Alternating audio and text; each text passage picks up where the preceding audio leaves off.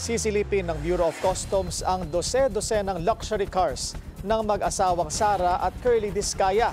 Sila ang may-ari ng Alpha and Omega General Contractor, isa sa mga kumpanyang nakasungkit ng maraming flood control projects na bilyones ang halaga. Narito ang agenda report ni Sujin Kim. Maaaring umabot sa 6 times ang penalty sa iligal na pagpasok ng luxury cars. Ito ang itinakdang parusa sa batas sakaling mapatunayang may fraud o panluloko sa 40 luxury cars ng Discaya couple. Bentley, Maybach, Rolls-Royce, ilan lang yan sa mga modelo ng mga sasakyang pagmamayari ng mga Discaya na may halagang tinatayang aabot sa kalahating bilyong piso. Kung iligal itong pumasok o hindi tama ang binayad na buwis, posibleng umabot sa 3 billion pesos ang penalty. Pero paano nga ba ito malalaman at anong mga tanong na kailangang masagot? Una, legally imported ba o smuggled? We're in the process of verifying identifying the vehicles that are named under them. And the first step is, of course, to go to the Land Transportation Office because what we've seen in the videos are mere models of these cars. Kapag legally imported, kumpleto ang papeles, tama ang deklarasyon ng model at presyo at nabayaran lahat ng kaukulang buwis. So if you're buying a 15 million peso luxury vehicle, most likely you'll get the same amount that you're going to pay, no? In terms of both duties, taxes that are due to that particular vehicle. Kung smuggled, posibleng gumamit sila ng dummy importers o mali ang deklarasyon ng halaga o hindi nagbayad ng buwis.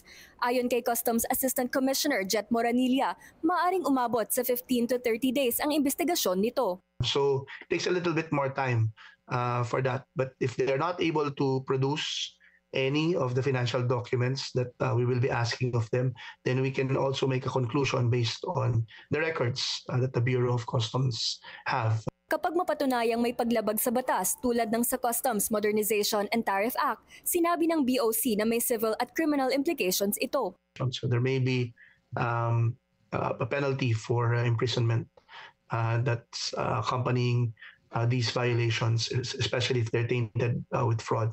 In terms of civil liability, again, if it's tainted with fraud, we do impose a penalty of whatever it is, or whatever findings that you have in terms of deficiency of duties and taxes, to up to about 600%. No, so 6 times of the amount that we will be able to establish as been lost to the government can be imposed against these companies. May kapangyarihan din ang customs na i-levy o i-restrain ang mga property ng Discaya couple hanggang mabayaran ang kanilang civil obligations. Sa usapin naman ng presumption of fraud, kung nasa 1 to 30% lang ang discrepancy, may penalty pa rin kahit hindi automatic na fraud. Pero there's a presumption that beyond 30% fraud already exists. The 30% threshold is merely to establish the presumption of fraud.